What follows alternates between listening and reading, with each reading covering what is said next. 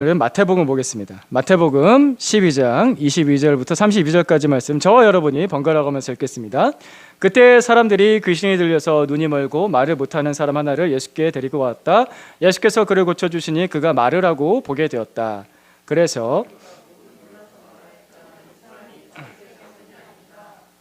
그러나 바리새파 사람들은 이 말을 듣고 말하였다. 이 사람이 귀신의 두목 바알세불의 힘을 빌지 않고서는 귀신을 쫓아내지 못할 것이다.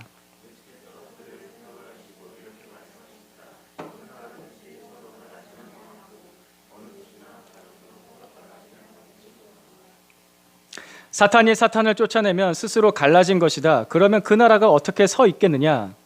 내가 바알세불을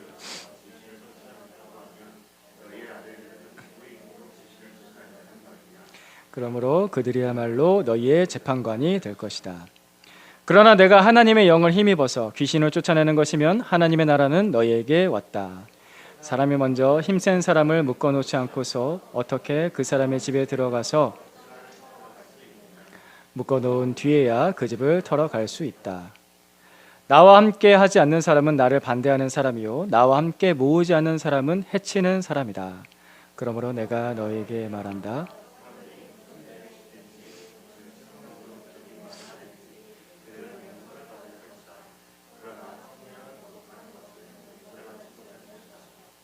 같이 읽겠습니다. 또 누구든지 인자를 거슬러 말하는 사람은 용서를 받겠으나 성령을 거슬러 말하는 사람은 이 세상에서도 오는 세상에서도 용서를 받지 못할 것이다. 아멘. 우리 각자 손마다 다 스마트폰을 들고 있는 이 최첨단 시대를 우리가 살고 있습니다. 그래도 기적은 있습니다. 암 환자가 암세포가 갑자기 하루아침에 사라지는 기적은 지금도 종종 일어납니다. 그리고 엄마가 내 아이가 차에 깔려서 큰 사고를 당했을 때 그 연약한 여자가 그 차를 번쩍 들어버리는 그런 기적도 지금도 종종 일어납니다. 기적은 있습니다. 기적이 없다고 말하면 그거는 이 세상에서 일어나는 일을 부정하는 것입니다. 기적은 있습니다. 근데 그 기적이 기독교 안에만 있는 게 아닙니다. 다른 종교에도 기적이 있습니다. 제가 없다고 말하지 않습니다. 분명히 있습니다. 그리고 종교 밖에서도 그냥 기적은 일어납니다. 이 세상 가운데 기적은 어디에서나 어느 순간에 의도치 않게 갑자기 일어날 수가 있습니다. 기적은 있습니다. 오늘 말씀에 보면요, 귀신을 쫓아내는 기적이 나오잖아요. 이 놀라운 치유 사건이 나오는데 여러분, 교회에서만 귀신 쫓아내지 않습니다. 스님도 귀신 쫓아냅니다. 보셨습니까? 스님이 어떻게 귀신을 쫓아내는지 제가 봤냐면 옛날에 그것이 알고 싶다에 나오는데 염주가 있잖아요. 염주를 딱 끊어가지고 염주를 다 뽑아가지고 막 던져 나가! 하면서 귀신 이렇게. 근데 무당도 귀신 쫓아내잖아요. 무당도 비슷해요. 무당도 꼭 뭐 집어서 던져 나가! 하면서 이렇게 귀신 쫓아냅니다. 그들도 나름대로 귀신 쫓아내는 기적을 일으킵니다. 자, 그런데 이런 기적이 일어나면요, 실제로 일어나거든요. 일어나면은 사람은 생각보다 쉽게 이 최첨단 시대를 살고 과학을 숭배하는 이 시대 가운데 그런 기적을 한 번 딱 경험하면 생각보다 쉽게 그런 기적을 일으킨 사람이 신하고 연결돼 있어라고 철떡같이 믿어버립니다. 그죠? 또 하나, 그리고 그런 종교고 그런 기적이 일어나는 종교는 이건 진짜 종교야 라고 하고 믿고서 그 종교에 귀의하죠. 그 종교를 믿죠. 과연 이게 맞을까라는 것입니다. 앞서서 말씀드렸죠. 기적은 인류 역사에서 항상 있어 왔습니다. 항상 있어 왔던 이 기적을 보면서 그 수많은 기적이 과연 누가 일으키는 것인지, 먼저 누가 일으키는가? 두 번째는 왜 일어나나? 목적이 무엇인가를 생각해 봐야 됩니다. 사람이 의외로 되게 단순해요. 눈앞에 결과가 나타나면요, 오 멋져, 오 놀라워 라고 하면은 그냥 쉽게 믿어버리는 게 사람이거든요. 눈앞에 결과만 보기보다, 기적만 보기보다 이게 옳은 것인가, 무엇이 옳은가를 생각해 보는 습관을 가지십시오. 그래야 바른 신앙이 만들어집니다. 무엇이 옳은가? 무엇이 진리인가? 결과만 따라가지 마시고. 오늘 본문 말씀 22절 말씀 보겠습니다. 22절 같이 읽습니다. 시작. 그때 사람들이 귀신이 들려서 눈이 멀고 말을 못하는 사람 하나를 예수께 데리고 왔다. 예수께서 그를 고쳐주시니 그가 말을 하고 보게 되었다. 오늘 본문에는 시각장애와 언어장애를 동시에 가지고 있는 정말 너무나 힘든 사람, 아픈 사람이 본문에 나옵니다. 근데 이 사람은 단지 육체적인 약함, 육체적인 질병을 가지고 있었던 것이 아니라 귀신에게 지배를 받고 있었습니다. 귀신에게 억눌려 있었습니다. 그래서 너무나 큰 고통을 겪고 있었습니다. 먼저 여러분, 모든 질병이 다 귀신 때문에 오는 것은 아닙니다. 이걸 오해하면 안 됩니다. 근데 어떤 질병은 귀신 때문에 오기도 합니다. 근데 보통 우리가 겪는 질병들은요, 그냥 우리가 늙고 연약해져서 병에 걸립니다. 병균이 있으니까 병이 드는 거죠. 모든 질병이 귀신 때문에 걸리는 것은 아닙니다. 그러나 오늘 이 병, 또 이 아픔을 갖고 있는 사람을 볼 때 우리는 고통의 원인에 대해서 생각해 볼 수 있습니다. 이것에 대해서 질문을 던져볼 수 있죠. 왜 고통이 찾아오나? 왜 우리는 아플까요? 왜 우리는 늙고 병들죠? 그리고 왜 우리는 죽습니까? 늙고 병들고 죽는 것이 사실 사람에게 정해진 것이어서 평상시에는 왜라는 질문을 안 던집니다. 그런데 정작 내가 너무나 아픈 고통을 겪게 되면, 큰 질병 아니면 큰 사고를 겪게 되면 그제서야 왜라고 소리치게 되죠. 왜요? 우리가 겪는 고통의 원인은 죄 때문입니다. 이것이 하나님께서 말씀하시는 가장 핵심적인 우리의 문제입니다. 성경은 우리의 죄 때문에 고통이 왔다라고 말씀합니다. 창조주 하나님에 대해서 사람이 반역했을 때, 그 생명이신 하나님을 버리고 인간이 떠나버렸을 때 생명을 떠났기 때문에 사람에게는 죽음이 찾아왔습니다. 평생 죽음을 향해서 가는 그 비극이 모든 사람에게 똑같이 시작이 된 것입니다. 창세기 3장 19절입니다. 같이 봅니다. 시작. 너는 흙이니 흙으로 돌아갈 것이다. 너는 흙이니 흙으로 돌아갈 것이다. 생명이 없었던 흙, 사실 이 흙은 더 구체적으로 말하자면 먼지예요. 먼지. 너는 먼지니 먼지로 돌아갈 것이다. 생명이 없었던 그 먼지를 하나님께서 빚으셔서 하나님을 닮은 존귀한 존재로 만드셨습니다. 거기에 하나님께서 생명을 불어 넣으셨죠. 그렇게 창조되었는데 다시 생명이 없는 흙으로, 먼지로 돌아가는 인생이 됩니다. 죄가 이 슬픔을 우리에게 가져왔습니다. 죄가 이 끝도 없는, 정말 그 바닥을 모르겠는 외로움을, 저는 이 말씀 볼 때마다 너무 공허한 거예요. 너무 큰 외로움을 우리에게 가져옵니다. 그 고통을 우리에게 가져옵니다.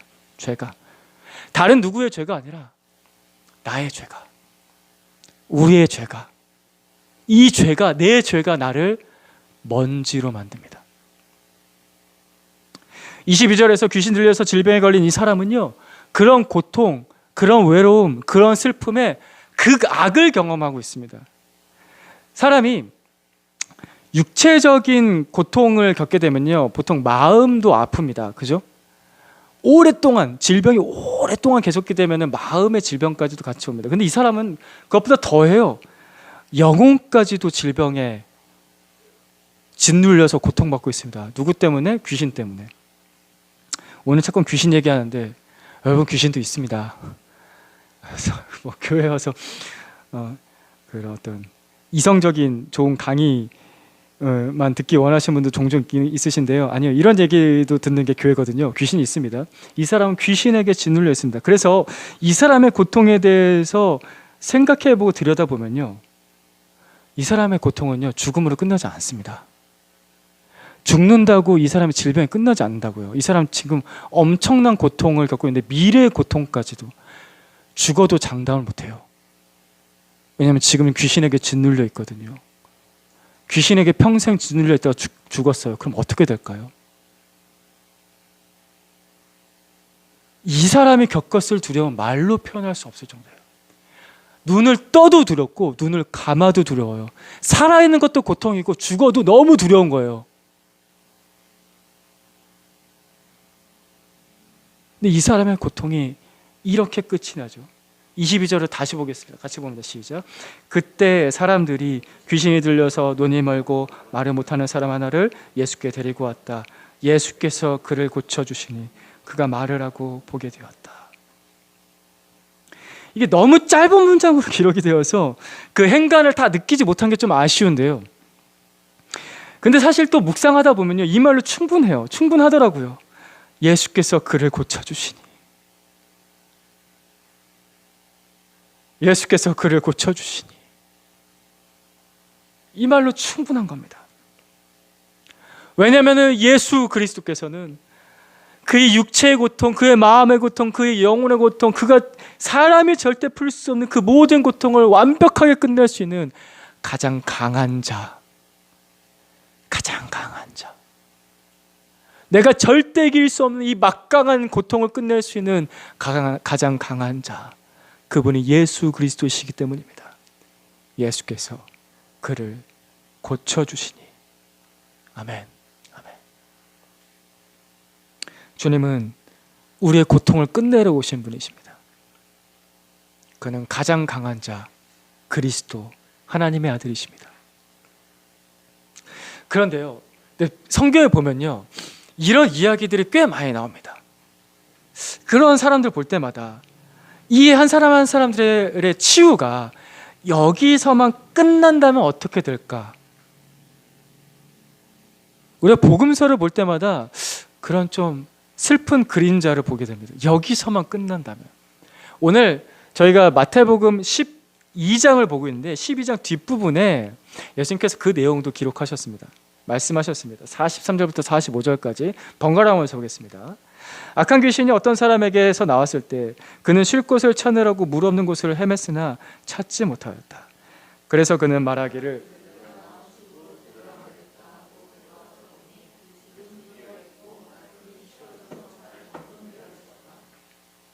같이 보겠습니다. 시작.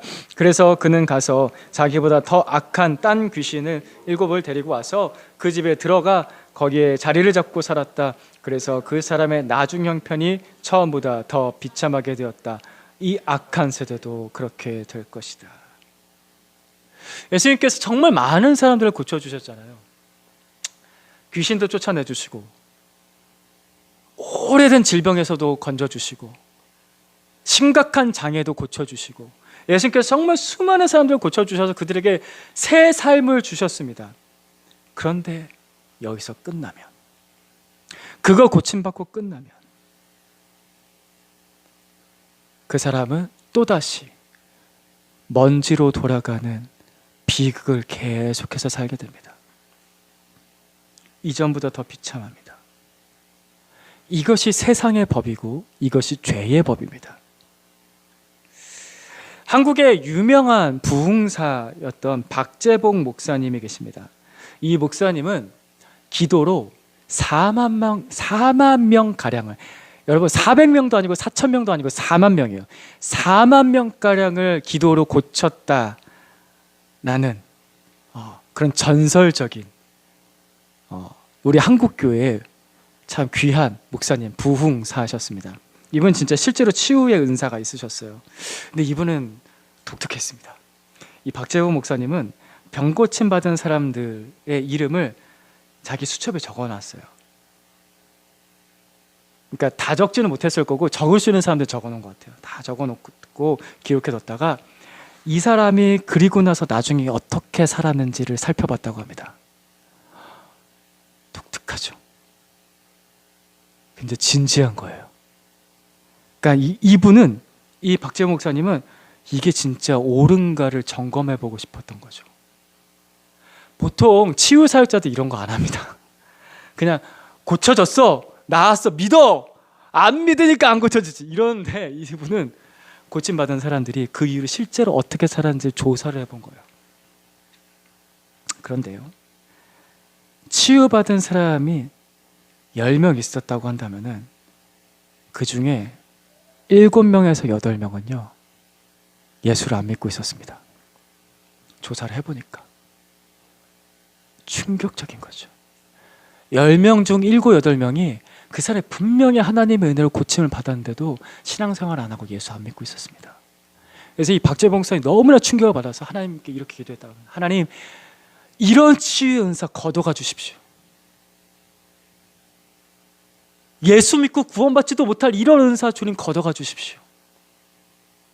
그리고 나서부터는 사람들이 자기 아무리 찾아와도 저는 더 이상 이 치유의 은사 없으니까 기도해도 소용없습니다. 이분은 정말 진지하고 진실했던 거예요. 고쳐지면 뭐하냐고요. 예수 안 믿고 구원 못 받는데. 이런 일들이 성경에도 실제로 나오면 예수님조차도 그런 일이 있었잖아요. 누가복음 17장 17절 말씀 같이 읽어봅시다. 시작. 그래서 예수께서 말씀하셨다. 10사람이 깨끗해지지 않았느냐? 10사람이 깨끗해지지 않았느냐? 그런데 9사람이 어디 있느냐? 이 말씀은 그때 당시 정말 극악한 병이었죠. 한센병, 저주받은 병이라 불렸던 그 한센병자 10사람을 예수님께서 고쳐주셨어요. 다 고쳐주셨는데 한 사람만 예수님께 돌아왔습니다. 한 사람만. 9사람 다 떠나가고 한 사람만 예수님께 돌아왔어요. 한 사람만. 치유되고 삶이 깨끗해지고 새 삶을 얻고 청소가 다 되면 뭐 하냐고요. 그 집이 비어 있으면, 그 집이 비어 있으면, 나를 다스려 주실 주님이 계시지 않으면 먼지로 돌아가는 비극은 계속됩니다.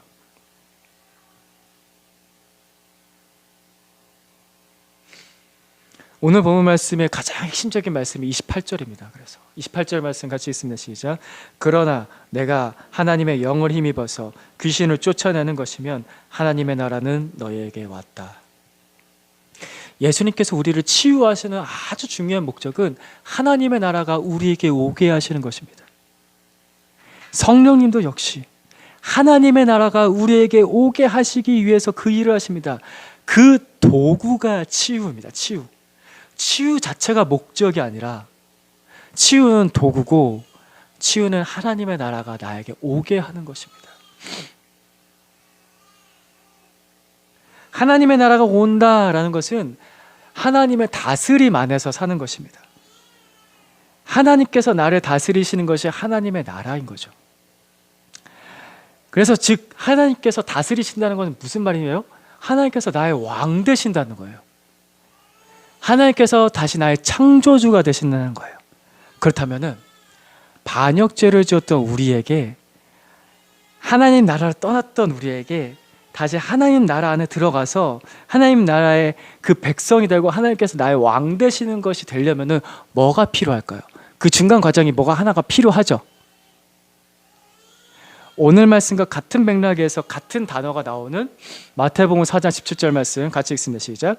그때부터 예수께서는 회개하여라, 하늘나라가 가까이 왔다 하고 선포하기 시작하셨다. 아멘. 하나님의 나라는 하나님께로 돌아가는 회개로 들어갑니다.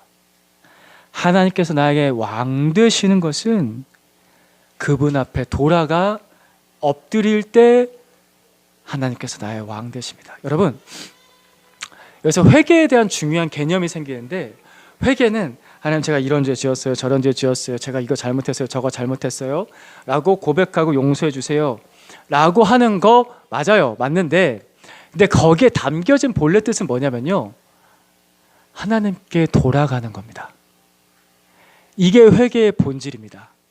그래서 제일 먼저 크게 돌아갔을 때가 회심할 때, 구원받을 때 크게 한번 유턴을 하잖아요. 그죠?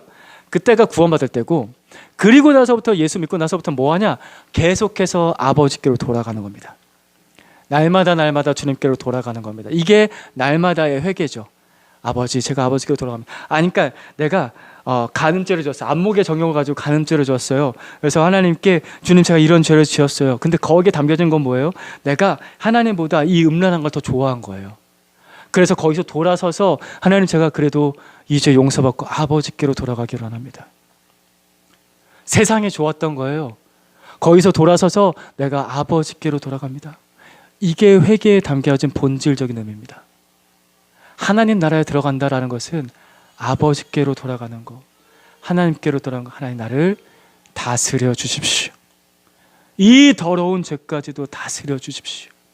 나의 이 그릇된 욕망까지도 하나님 다스려 주십시오. 하나님의 나라가 지금 내 안에 온전하게 이루어지기를 원합니다. 다스려 주십시오, 하나님. 오늘 병자가 치유를 받고 나서 회개가 뒤따랐다라고 한다면은 그는 하나님 나라 안에 살게 됩니다. 만약에 회개가 뒤따르지 않았다라고 한다면은 흙으로 돌아가는 죽음으로 비극은 계속이 되는 거죠. 그가 하나님께 돌아섰다라고 한다면은 그는 육체적인 고통만이 끝난 것이 아니라 그의 영혼이 이제 안심할 수 있습니다. 하나님의 나라가 이루어졌기 때문에 더 이상 두려워하면서 눈을 뜨고 눈을 감지 않아도 됩니다. 더 이상 이 인생 어떡하지 하면서 아침을 맞고 저녁을 맞을 필요가 없어진 거예요. 이 사람의 마음에 회개하는 순간, 치유로 끝나지 않고 회개하는 순간 이 사람 마음에 안심하고 쉴 수 있는 하나님의 나라가 이루어진 거예요. 이것이 구원입니다. 이것이 하나님께서 우리에게 주시고자 하는 구원, 하나님의 나라. 안심해라. 하나님의 다스림은 이것입니다. 예수 믿을 때 하나님께서 나의 왕 되십니다, 나의 주인 되십니다 라고 할 때마다 그것에 대해서 우리가 당연히 순종한다는 뜻이거든요. 그래서 굉장히 거부감을 느끼시는 분이 계시는데, 그럼 예수를 제대로 믿는 게 아닙니다. 오해가 커요. 그분의 다스림은, 제가 어린 선교 때도 얘기해 드렸죠. 그분의 하나님의 다스림은 나를 보살펴 주시는 거예요. 내가 회개할 수 있도록, 온전히 용서받고 그분의 다스림 안에 있을 수 있도록 나를 보살펴 주시는 것입니다. 그 하나님의 나라, 왕 되신 하나님의 다스림이라는 관점에서 오늘 말씀의 23절과 24절을 보겠습니다. 같이 읽어보세요. 천천히 있습니다. 시작. 그래서 무리가 모두 놀라서 말하였다. 이 사람이 다윗의 자손이 아닌가. 그러나 바리새파 사람들은 이 말을 듣고 말하였다. 이 사람이 귀신의 두목 바알세불의 힘을 빌지 않고서는 귀신을 쫓아내지 못할 것이다. 예수님께서 치유하시는 그 놀라운 광경을 목격한 유대인의 수많은 무리들 대부분 이렇게 말하죠. 예수님이 다윗의 자손이 아닌가 라고 놀라했습니다. 다윗의 자손이 아닌가. 너무나 놀라우니 귀신이 떠나고 그 자리에서 사람이 눈을 뜨고 말을 했다고요. 그러니까 제가 이런 게 우리 교회에서도 좀 있어야 돼. 그래야 사람들이 말씀을 볼 때 더 리얼하게 막 이렇게 하는데, 우리 교회 안에 하나님의 치유의 역사가 일어나기를, 그래서 하나님 나라가 이루어지길 정말 바랍니다. 자, 여기서 다윗의 자손이란 단어가 나오는데요. 이 다윗의 자손은 메시아를 말합니다. 그리스도를 말합니다. 하나님께서 보내신 하나님의 아들, 왕, 그리스도, 메시아, 기름 부음 받은 자를 말합니다. 이 구원자, 그래서 만약에 유대인이 메시아를 아는 유대인이, 그리스도를 아는 유대인이 진짜 실제 메시아를 눈앞에서 만나잖아요. 그러면은 유대인은 어떤 반응을 보이냐면은 존경합니다, 훌륭한 분이시네요 라는 정도가 아니라 그 앞에 엎드립니다. 악수를 절대 청하지 않습니다. 납작 엎드려 경배합니다. 하나님께서 보내신 하나님의 아들, 왕, 구원자, 메시아이기 때문입니다. 그래서 예수님 당시에 예수님을 제대로 믿었던 제자들은 다 예수님 앞에 엎드렸습니다. 구경하지 않고 와 이러지 않고 그 앞에 납작 엎드리죠. 대표적인 사람이 베드로. 베드로 예수님 만났을 때 어떻게 합니까? 그 앞에 엎드립니다. 주여, 저는 죄인입니다. 메시아를 만난 것입니다. 이것이 유대인들이 이해하는 메시아, 다윗의 자손입니다. 그런데 이 똑같은 상황을 보면서 바리새인들은 예수님이 귀신의 두목에 힘을 빌어서 귀신을 쫓아낸다고 합니다. 이들은 경건한 유대인이었어요. 종교 지도자였다고요. 날마다 성전에서 살던 사람이었는데, 근데 이 사람들은 눈앞에서 귀신이 쫓겨나고, 상상해 보십시다. 상상이 안 돼도 상상해 보십시다. 눈앞에서 귀신이 쫓겨나고 말 못하던 사람이 갑자기 말을 하고 눈을 떴다고요. 근데 이런 말을 해요? 이 사람은 왜 그랬을까요? 이 사람들은 왜 그랬을까요? 아니, 눈앞에서 어떻게 이런 일이 벌어지는데 이런 말을 할 수가 있을까요? 바리새인들은 예수님을 왕으로 인정하기 싫었던 것입니다. 메시아로 인정하기 싫었던 것입니다. 오늘 계속해서 흐름은 하나님의 나라, 왕 되신 주님에 대한 관점에서 봐야 됩니다. 바리새인들은 예수님을 왕으로 인정하기 싫었습니다. 율법에 예언된 그 모든 내용을 눈앞에서 실현시켜주고 예수님께서 메시아라는 표정을 분명하게 보여줘도 예수님의 마음에 안 드는 거예요. 그들의 마음엔 뭐가 있냐? 그래서 반역하는 마음이 있었습니다. 왕을 반역하는 마음이 있었습니다. 그래서 24절 이 말씀은 왕이신 예수 그리스도를 귀신의 두목으로 부르는 아주 노골적인 반역행위였습니다. 적극적이고 노골적인 그런 반역행위를 하고 있는 것입니다. 그래서 이 죄에 대해서 예수님께서 이렇게 말씀하시죠. 31절과 32절 말씀. 예수 믿고 교회 다니다 보면 이 말씀 볼 때마다 두려워하는 그 말씀. 이 말씀에 대한 해석을 바르게 해야 되는데, 자, 31절과 32절 말씀 번갈아 가면서 보겠습니다. 제가 31절 읽겠습니다. 그러므로 내가 너에게 말한다. 사람들이 무슨 죄를 짓든지 무슨 신성 모독적인 말을 하든지 그들은 용서를 받을 것이다. 그러나 성령을 모독하는 것은 용서를 받지 못할 것이다. 또 누구든지 인자를 거슬러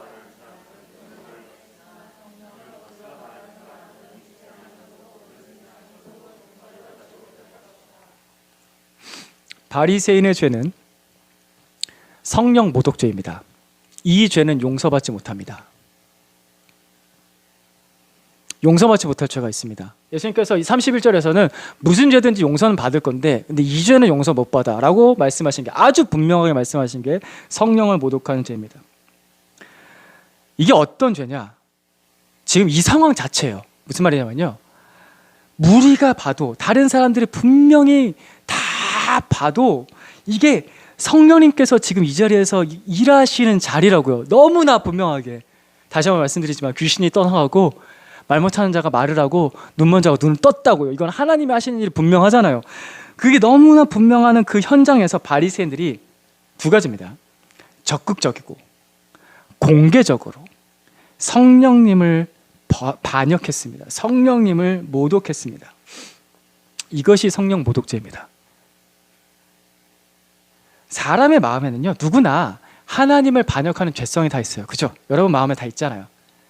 그죠? 아멘? 그잖아요. 예. 안 끄덕거리는 사람 있었어요. 제가 계속 보고 있어요. 그잖아요. 하나님 반역하는 마음 있잖아요. 죄 짓고 싶어하고 하나님 모인 척 해줬으면 좋겠고 하나님 하면서 하나님께 자꾸 뒤돌아서는 반역하는 마음 있잖아요. 사람의 이건 죄성입니다. 근데 보통 사람들은 그 죄를요 부끄러워합니다. 보통 사람들은 그 죄를요 꺼려합니다. 보통 사람들은 그 죄를요 적극적으로 잘 드러내려고 하지 않습니다. 그죠? 나 잘났네 하고 그런 죄를 잘 안 드러내잖아요. 근데 지금 바리새인은 어떻게 합니까? 적극적으로 공개적으로 성령님을 모독하고 있습니다. 이게 성령 모독죄입니다. 자, 이런 사람들은 자신의 죄도 회개하지 않을 뿐만 아니라 다른 사람의 회개까지도 방해하죠. 그죠? 지금 이 상황을 보면요, 완전히 하나님의 성령의 역사에 사로잡히는 그런 천장이고, 많은 무리들이 이 사람 다윗의 자손이 아닌가라는 거의 신앙 고백에 가까운 얘기까지 나왔는데, 지금 이 사람들 뭐 하고 있어요? 바리새인들 거기에 찬물 끼얹고 있는 거죠. 자신이 회개하지 않을 뿐만 아니라 다른 사람도 회개하지 못하게 하는 이 죄는 용서받지 못합니다. 용서의 기회를 자기 발로 걷어차버렸기 때문입니다. 밥상을 차려놨는데 밥을 발로 걷어 쳤어요. 싸가지가 없는 거죠. 그런 사람 맞아야 돼요. 어른이든 애든. 그죠? 동의하십니까? 한국의 밥상 교육. 그죠? 밥상을 잘 차려놨는데 밥상을 걷어차? 이 자식은 맞아야 돼. 맞아야 돼. 귀한 줄 모르는 자식. 바리새인들이 그런 죄를 짓고 있는 겁니다. 그래서 오늘 본문의 이 병자가 인간이 겪는 고통의 본질이 무엇인지를 보여줬다고 한다면요, 바리새인은 인간이 품은 하나님께 대한 그 반역, 죄의 본질을 보여주고 있습니다. 사실 우리 중에는, 제가 그래도 우리 형제자매들 알게 해요. 우리 중에는 성령 모독죄를 이렇게 지을 가능성은 굉장히 낮습니다. 꼭 이거 가지고서 이렇게 두려워하시는 분도 많고, 이거 가지고 잘못된 협박을 하시는 분도 종종 있으신데, 일단 가능성은 굉장히 낮습니다. 가능성이에요. 그래도 조심하셔야 돼요. 가능성은 굉장히, 공개적으로 노골적으로 성령님을 반역하는 그런 용기 있는 사람 많지 않습니다. 가능성은 굉장히 낮습니다. 그래도 조심하세요. 네, 제가 늘 말하지만 성경에 나와 있으니까 조심하셔야 됩니다. 그러나 하나님을 반역하는 죄성은 누구나 가지고 있다고요. 숨겨져 있지만, 부끄러워서 숨기고 있지만 누구나 다 가지고 있습니다.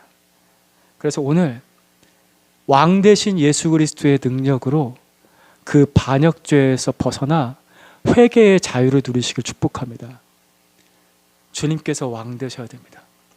나의 반역된 마음을 고칠 수 있는 분은 예수 그리스도밖에 없습니다. 그분이 나의 왕으로 오셔서 나의 이 악한 죄성까지도 다스려 주시기를. 회개는 뭐냐? 그래서 그것을 주님께로 돌아서서 끄집어내 놓는 거예요. 주님, 저한테 이런 마음이 원래 있어요. 주님, 다스려 주십시오. 제가 주님께 엎드려 순종하겠습니다.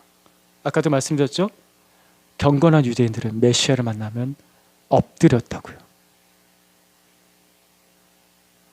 그리고 오늘 우리 성령님의 일하심으로 죄의 나라에서 벗어나서 하나님의 나라가 우리 가운데 임하기를, 날마다 우리 가운데 임하기를 축복합니다.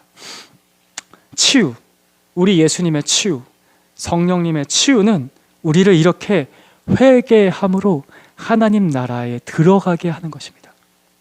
이것이 진정한 치유입니다. 우리 아이들이 자주 다칩니다.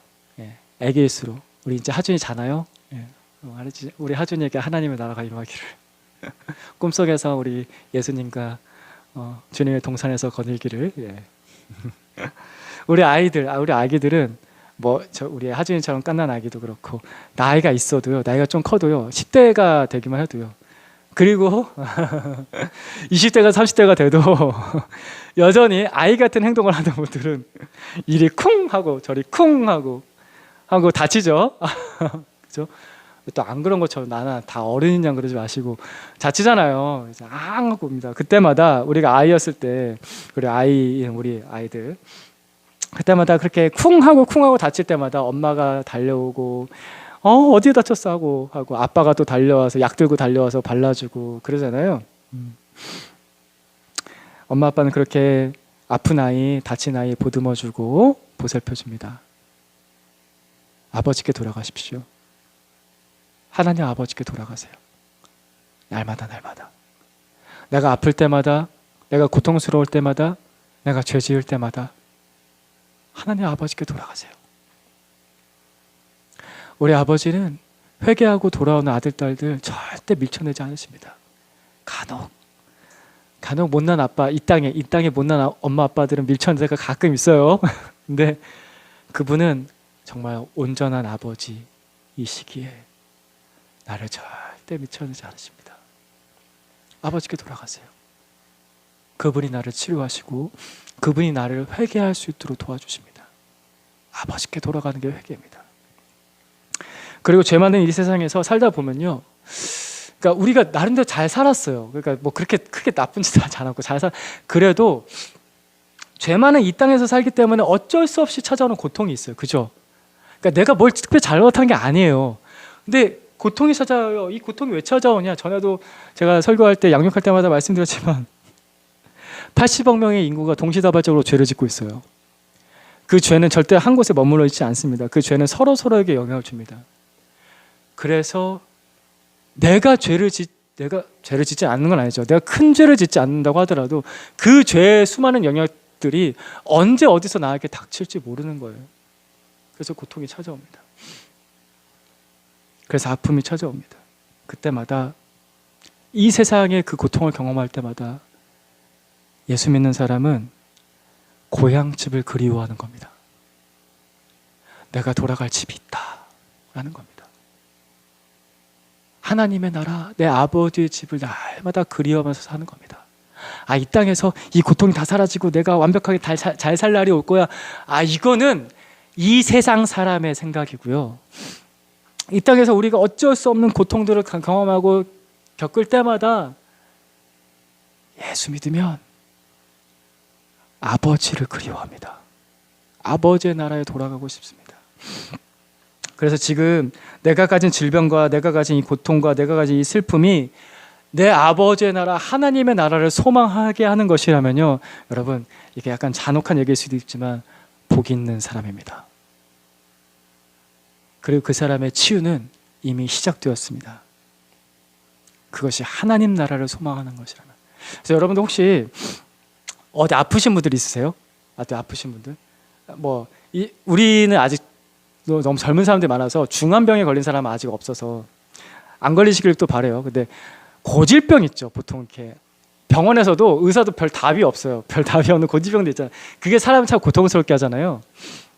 그러면요, 그때마다 우리 오늘 말씀 배웠으니까요, 오늘 말씀 들었으니까요, 자기가 자기 아픈 데다 손을 얹고서요, 주님, 제가 이 세상에서 살 수가 없습니다. 하나님 나라를 사모합니다. 하나님 나라가 그립습니다. 그 나라가 지금 내게 임하게 해주십시오 라고 하면서 저를 고쳐주십시오 라고 기도하십시오. 이게 굉장히 성경적인 기도인 거예요. 그러면 하나님의 은혜로 어떤 사람들은 치유될 것입니다. 그래서 또 제가 거짓말하면 안 되죠. 또 어떤 사람들은 치유되지 않을 수도 있습니다. 그건 하나님의 뜻이니까요. 네, 치유가 되지 않다고 하더라도 낙심할 거 없습니다. 실망할 거 없습니다. 그러지 않으셔도 됩니다. 이 땅에서의 치유는 언제나 불완전합니다. 우리의 치유가 완성되는 날은 아버지 나라에 들어가는 날입니다. 요한계시록 21장 3절에서 4절 말씀 우리 같이 한번 읽어보겠습니다. 처음부터 끝까지 천천히 같이 읽습니다. 시작. 그때 나는 보좌에서 큰 음성이 울려 나오는 것을 들었습니다. 보아라, 하나님의 집이 사람들 가운데 있다. 하나님이 그들과 함께 계실 것이요, 그들은 하나님의 백성이 될 것이다. 하나님이 친히 그들과 그들의 눈에서 모든 눈물을 닦아 주실 것이니 슬픔도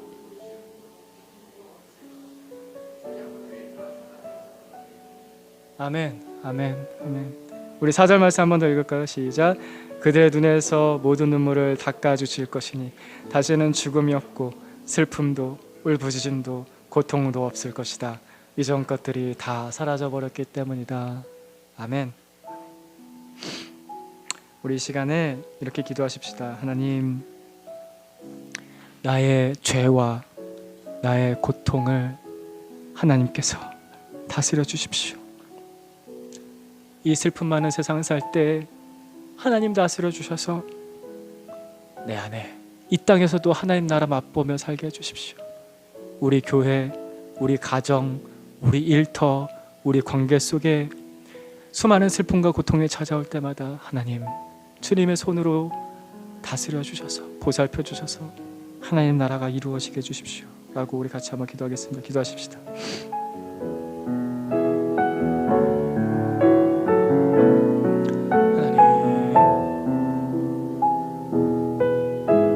하나님, 내 아버지의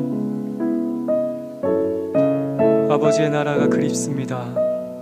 오늘도 이 자리에서 주님의 나라를 맛보지만 아버지의 나라를 맛보면 맛볼수록 아버지의 나라가 더 그립습니다.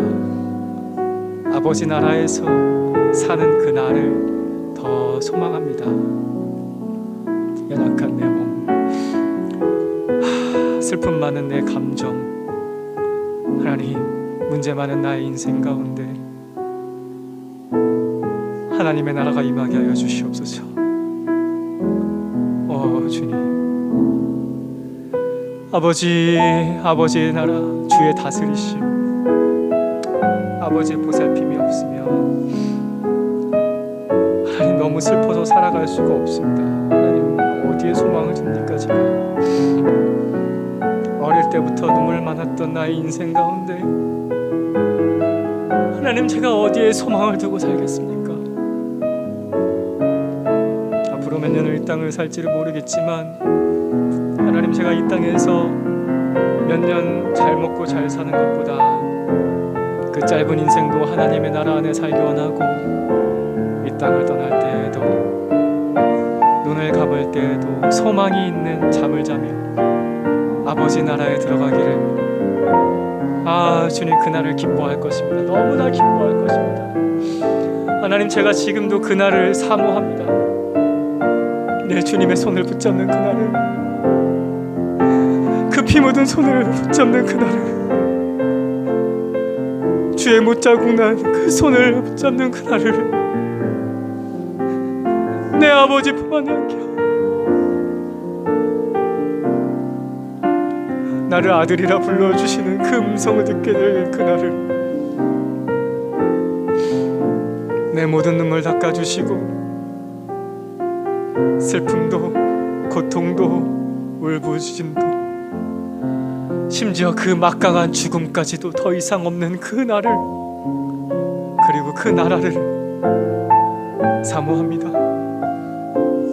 하나님 감사합니다. 이 소망이 있어서 이 땅에서도 제가 살맛이 납니다. 죄 많은 이 세상 내 집 아니지만 하나님 나라 때문에 제가 소망을 가지고 이 땅에서 살아갑니다. 살만 나면 살아갑니다. 조금 가난해도, 조금 몸이 아파도, 조금 걱정거리가 있어도 그거 뭐 몇 년 아니니까요. 주님, 그저 주님 몇 년 아닙니다.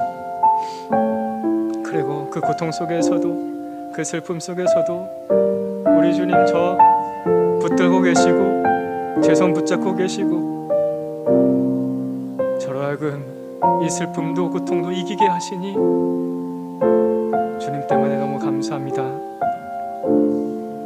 주님 때문에 너무 감사합니다. 하나님, 제 소망은 우리 교회 형제자매들에게 모두에게, 우리 어린아이부터 어른까지 그 모두에게 하나님의 나라가 임하기를 원하는 것입니다. 하나님, 우리 교회에서 하나님 아버지 복음 드릴 때마다 하나님의 나라가 그 안에 임하기를 간절히 소망합니다. 주님의 나라가 임하기를, 주님 다스려 주시고 보살펴 주시기를, 아버지께로 돌이키는 회개가 일어나기를,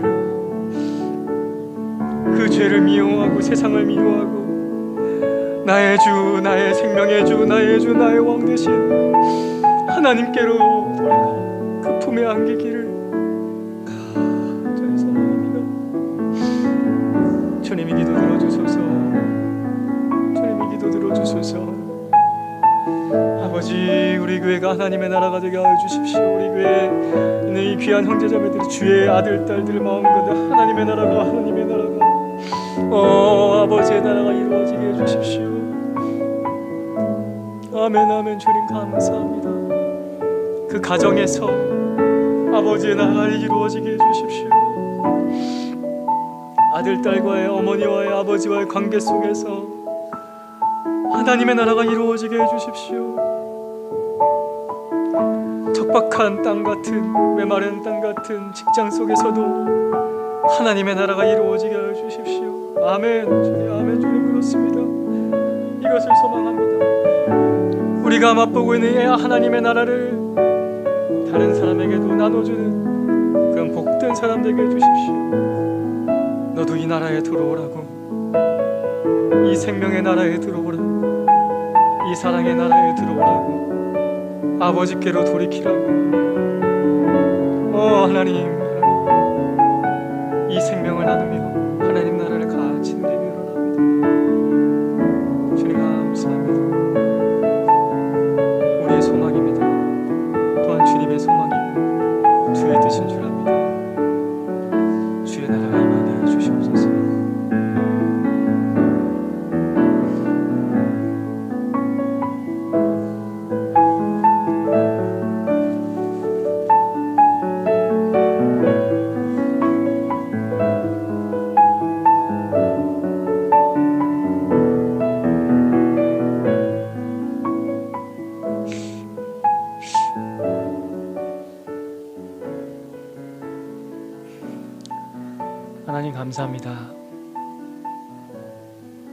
이 땅에 이 나라가 끝이 아니어서 감사합니다.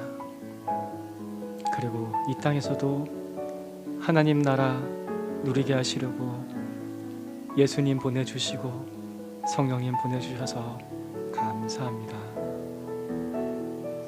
주의 나라가 우리 마음속에 이루어지게 해주십시오.